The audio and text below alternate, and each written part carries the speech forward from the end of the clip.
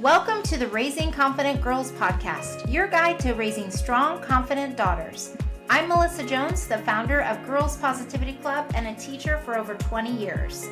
In a world where girls often feel overwhelmed, anxious, and confused, this podcast is your go-to space. As caregivers, we navigate challenges together. I founded Girls Positivity Club to provide a place where you belong and get the tools to face today's hurdles. Consider this your regular check-in with a trusted friend, offering insights and practical tips for meaningful conversations. I'm here to help you feel confident on this journey of raising a generation of empowered girls. Let's dive in and raise those confident girls together. Hi, everybody, and welcome back to another episode of Raising Confident Girls. I'm Melissa Jones. I'm so happy to be here with you today. I'm your host and the founder of Girls Positivity Club. And if you're listening to this in real time, this is the week where we start a new year. So this is the eve of New Year's Eve, and I wanted to talk about something that comes up every single year, which is a fresh start. And I want to help you with your daughter's goal setting and helping your daughter thrive in the new year. Even though it's not a new school year, it is actually a new calendar year. So this is really, really common at this time of year. And so I want to give you some ideas and tips for how to do that in an empowering way with your daughter and also with your family. So before we get too deep into the episode, as always, thank you for being here all year. If you've listened this whole year, we're coming up on our 1-year anniversary of the podcast, which is such an accomplishment. And if it's your first time, welcome. You've got other episodes that you can go back and listen to, and I hope that they've been helpful for you. So this is the deadline of the 1,000 Girl Positivity Project that we have going before the end of the year. Our goal is to get 1,000 girls sponsored in Girls Positivity Clubs and help them have a positive place to belong while they learn confidence and how to have a supportive environment that accepts them for who they are and helping them feel like they belong because they do.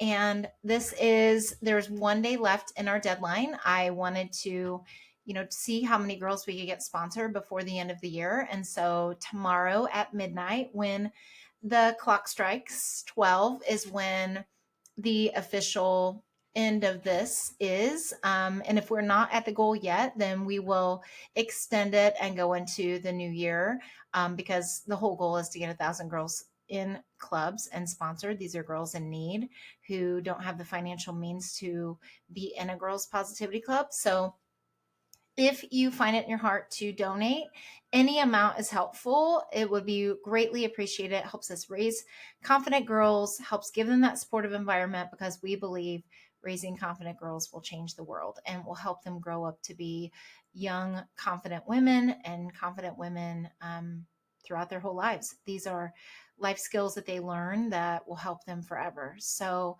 if you've not given, and you would still like to, there's still time. Just head over to girlspositivityclub.org and hit the donate button. If you've already donated, thank you so very much. It means the world.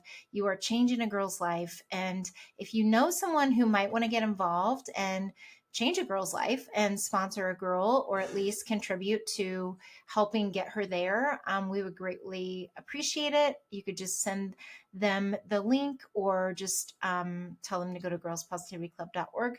It's really easy to find. So thank you so much for all of your support in this project, and we are going to keep going.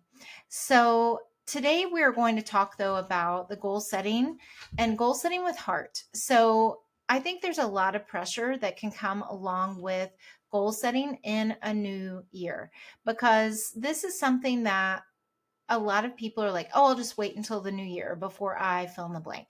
And I think setting intentions for a new year is really great. And whether you believe in resolutions or not, a lot of people might set an intention or choose a word or do a full vision board or whatever it is. And some people do nothing. So this is the intention that you are going to do something with your daughter where she is looking forward to a fresh start in 2025, and that she is going to set some kind of an intention, a goal, or be reflective about what worked in 2024 and what didn't, and then where she wants to go, and for yourself as well. So that's how I look at it anyway. Is like, it doesn't have to be this really strict structured thing where I'm going to turn my life upside down completely. It is going to be something that I set an intention to do, and I take those small steps along the way to do it. And I've done this with girls for a long time. So if you don't know, if you're new here, I was a teacher for 23 years, and I have even more experience because of working in Girls Positivity Club and all the years of experience. So well over 25 years. And girls are capable of doing this. Kids are capable of doing this. And it really can be very simple, and kids understand simple things. I was just doing a workshop. We did a holiday workshop I did one session that was about empowering words and is all about positive self-talk. And we did fun baking activities, holiday baking. And then the girls all had an ornament, and they chose a word that they thought represented them last year. And they chose words like creative. So one of the girls said, I just feel like I've been really creative this year. I made up this basketball game that was like this. And then she described the game. Another girl said, I feel really proud of all I've accomplished this year. I worked really hard in school, and I just feel really proud of myself that it wasn't always easy, but I kept going. And then another girl, so these two girls are both in elementary school, upper elementary, and then a younger girl in second grade said, my word is brave, because I've had to show a lot of bravery in trying new things this year. And I didn't give up. I kept going. I kept trying, even when it wasn't easy what I was trying or it didn't work out.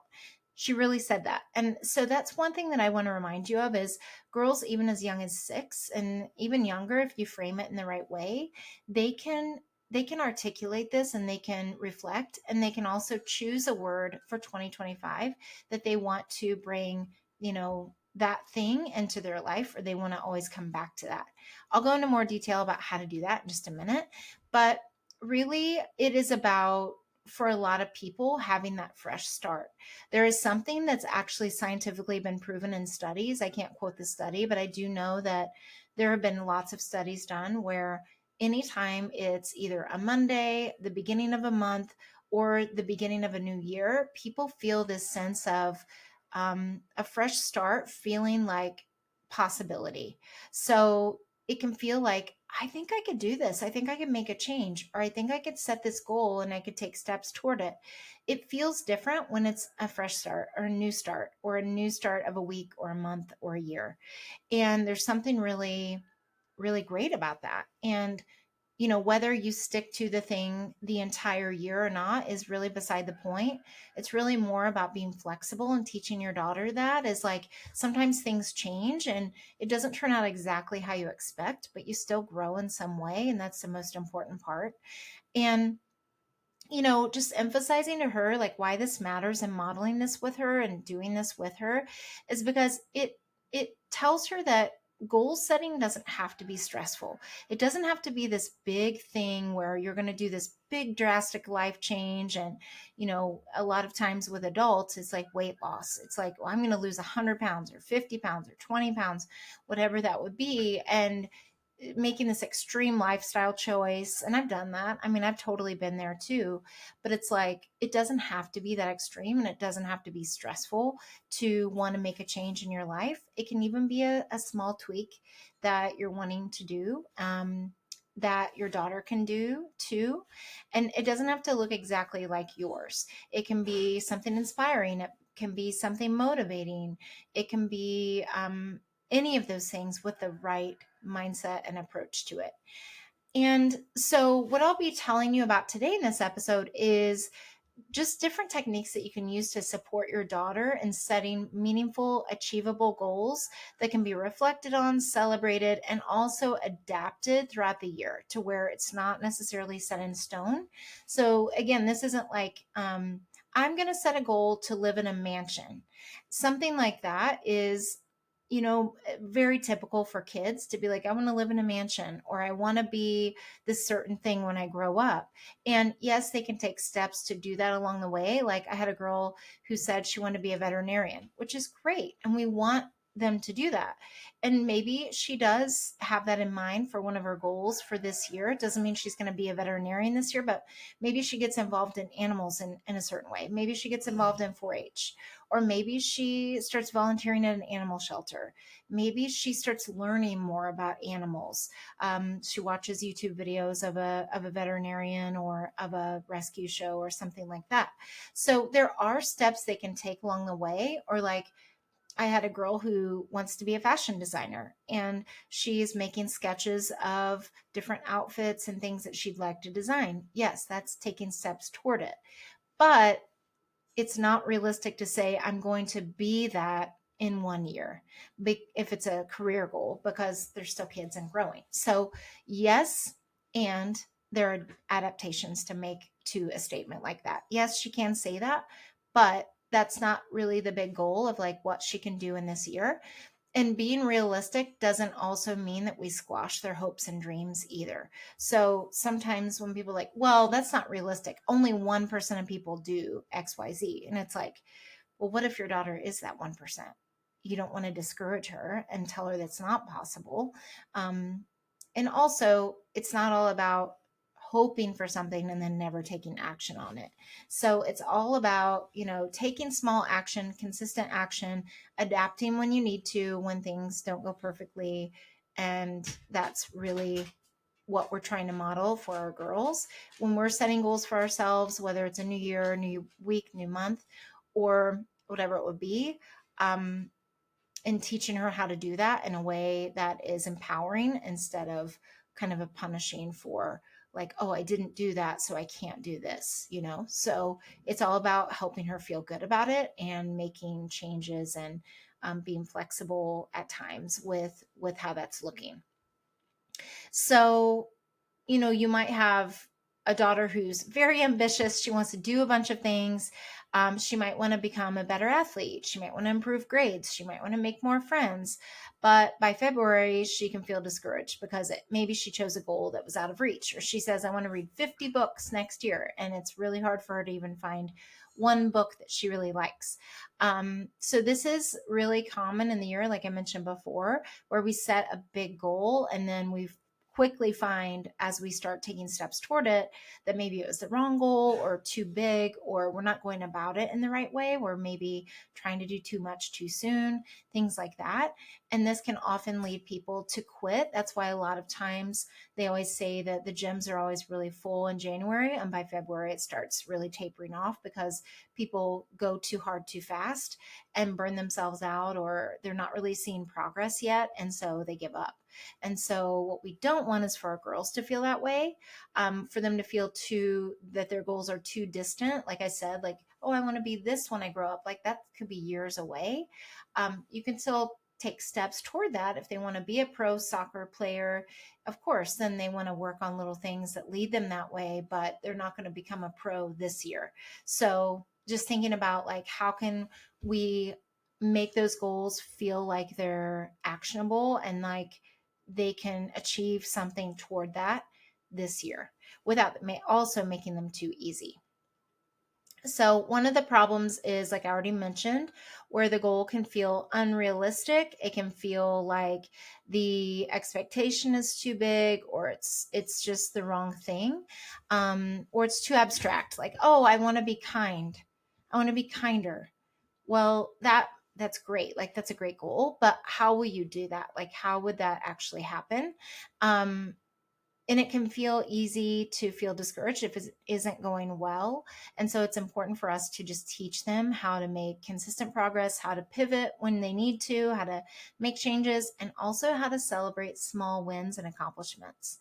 And I think modeling that is one of the best ways to do it as well. So one thing that I love to do in Girls Positivity Club, and our leaders love to do in Girls Positivity Club, is make visuals for what the girls are learning. And especially as we're coming up on goals and a new year, this is super important and really good to do.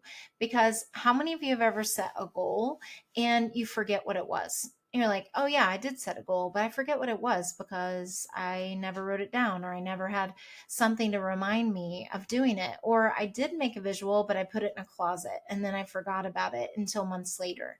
So these types of things are small visual representations that can stay in her room and can remind her of the goals so that it helps her make that progress. So it makes it feel more real, makes it feel more tangible to have a visual of some kind, whether it's a vision board, a word cloud, a fun drawing. Having some kind of a visual goal allows them to see how she can clearly make it happen and reminds her of what she can do.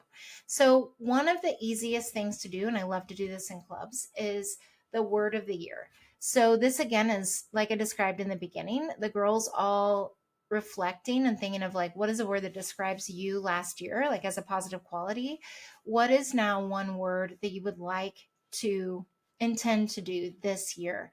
And this is going to be a little bit more abstract, like brave or courageous or whatever it would be, leader. It could be assertive if they want to stand up more for themselves, whatever that would be.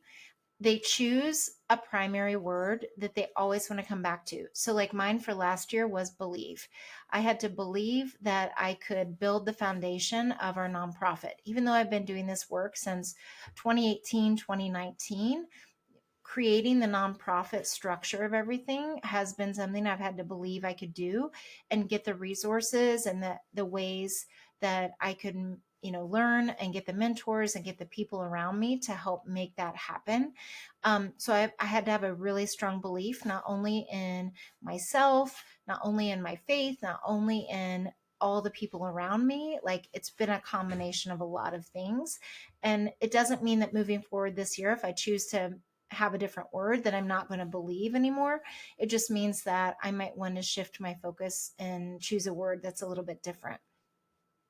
So, for example, if she wants to be more confident in certain areas, she could choose a word that would represent that. It might be brave, it might be courage, or it might be the word confident. And she would always kind of come back to that and like, how could I be confident in this way today? How could I, talk to myself in a confident way? How could I feel good about what I'm doing? How could I have more practice at something so I build my confidence, whatever that would be? And then how can I make a creative visual of that? So it could be a piece of paper, she writes the word, and then she draws pictures around it. It could be painting it on a canvas. It could be putting it on an ornament or like something that could hang, a wooden board. You can buy those at like Hobby Lobby, Dollar Tree, anything like that. Have them go in the craft department and pick something that is really easy to write or paint on. And then that word can be displayed all the time to remind them of it. And they could ask themselves. And you can do that in the check in too, of reminding her of the word and asking her, okay, what are some things that you want to do to get you toward feeling this way? Another one is a vision board. So some people like vision boards, some people don't. I like a vision board. It helps me know what I'm working toward. And I think of different categories like family, um, business, maybe my health, maybe my, friendships, the people in my life, whatever it would be. And then I find visuals that would match that. Sometimes it's just a quote that's a mindset. Sometimes it's people's names that I want to work with. Sometimes it's a number. For me, of course, I have a number of clubs. So this year, in the year of 2025, we want to have 25 clubs. We now have 12. So I feel like it's an achievable goal to get 25 clubs going in the world for Girls Positivity Club. So that's something for me that 25 would go up there. Now, something that I've learned from Mel Robbins that I really love is she always says, what are the steps you're going to take to get there? Like, what are you going to do when that thing doesn't happen automatically? Um, you know, it might be an alarm clock. Maybe every morning I'm going to get up and do this certain thing. So maybe I find a picture of an alarm clock, and that's to remind me that at this time I'm going to do this. Or maybe it's a rain cloud, because she gave the example of like, if you want to run a marathon, maybe your daughter wants to get a bigger goal as far as a physical goal that she wants to achieve in a sport or something like that, or in her health. Maybe it's putting the steps on the vision board that would help her get there. So it doesn't necessarily mean it's only the pretty picture of the end result, but what Mel Robbins suggests is putting steps along the way that would get you there, so that you remember when it's raining outside, you still do it. When it's, early in the morning, you're tired, you still do it, whatever it would be. And so I think that's a really cool thing. And another thing that I really love that she recommends is leaving blank space, because sometimes when we put our things on our vision board, it can change over time. And we want to have space to add things throughout the year, or maybe take things off and readjust. It doesn't mean that it has to stay there. If you're finding that you're not aligning with it, your daughter's not aligning with whatever that thing is on her vision board. And I make vision boards with girls every year, even as young as 5 and 6 years old. You just have to think of categories that would make sense for them, such as, friendship, family, hobbies, things like that. Maybe it's a way they want to give back. And there are lots of different categories that you can brainstorm together.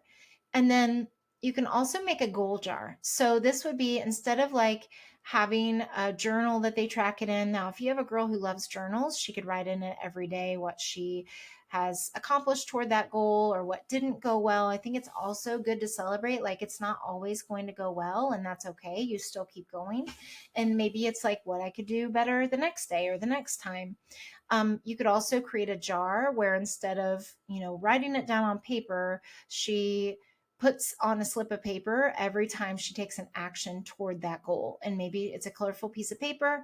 She puts it in, like maybe if it's an instrument that she's learning to play, practice a new song for 15 minutes. And then she places it in the jar when she does it. And at the end of the month, she can look at how much progress she's made, and she can celebrate that. Maybe you do a little celebration activity, and maybe you do the same for your goals as well. So you can ask her what kind of visual she wants to create for her goals, and then come up with a way to do that. Sometimes it is a word cloud where they put the goal in the middle, and then they branch off and they do little bubbles that are like ways they can do that.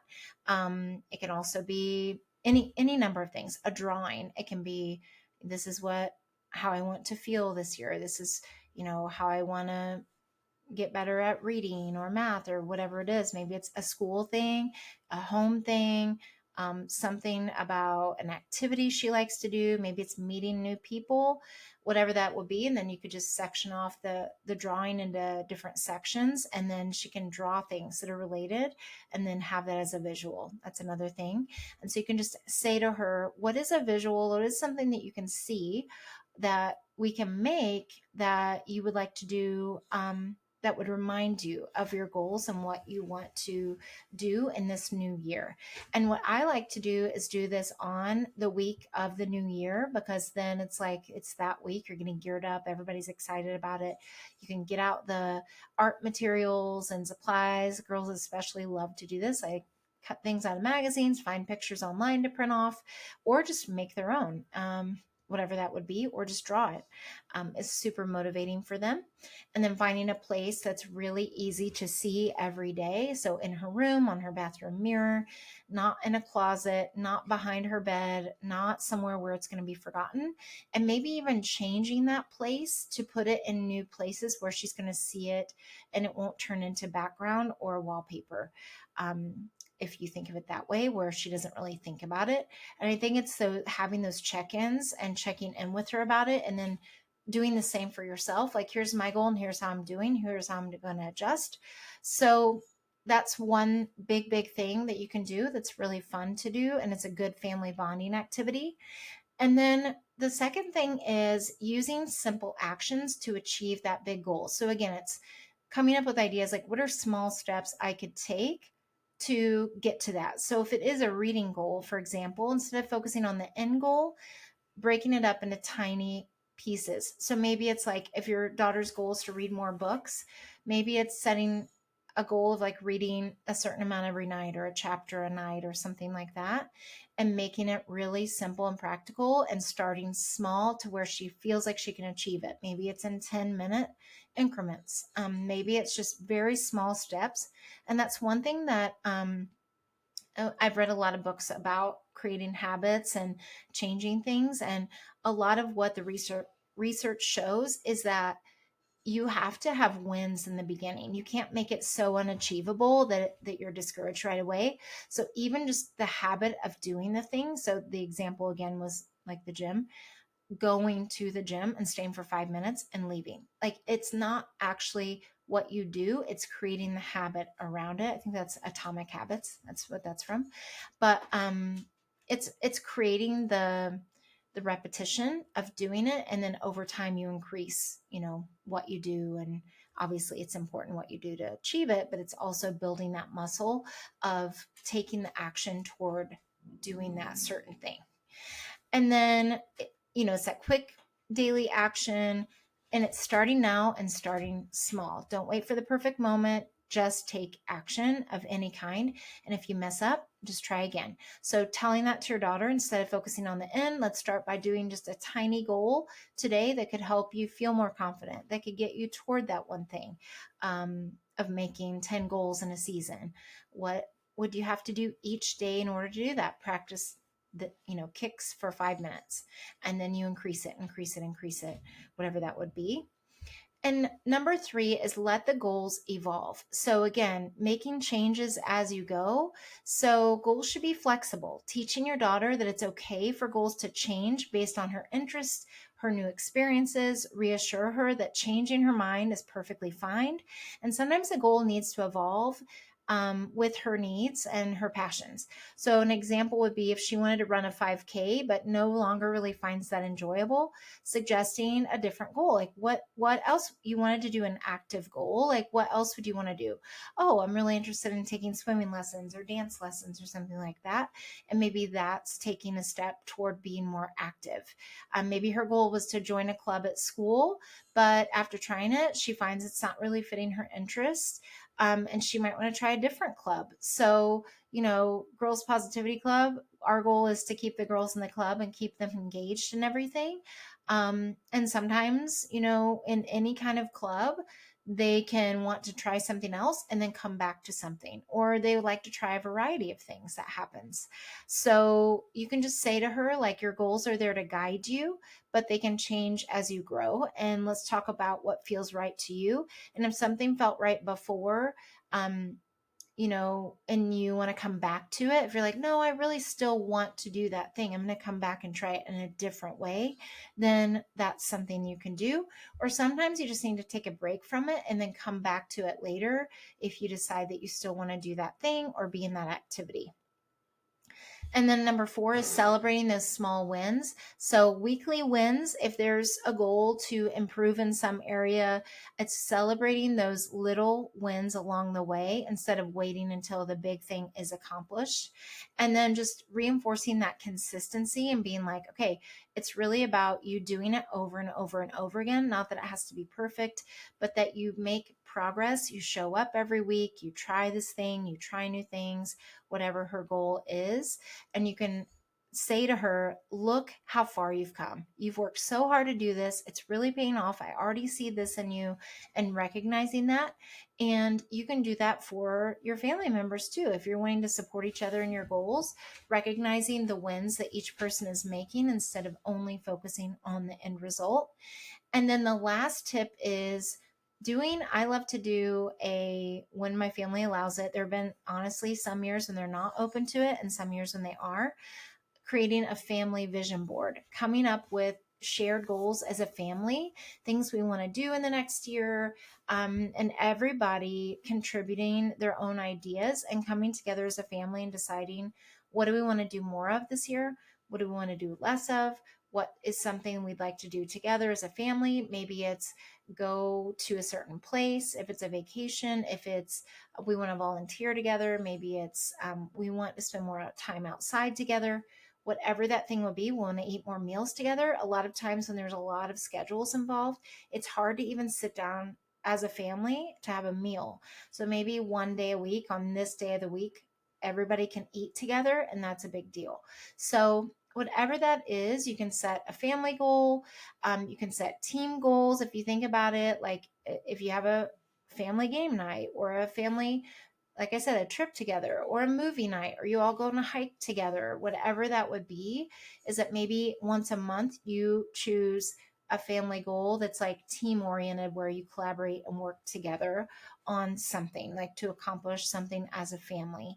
Not that it's all about achievement, but it is fun to even go to an escape room and try and get out together. Like that could be a fun thing to do, once a month, once a quarter, whatever you want to do, once a semester, or however you want to think about it.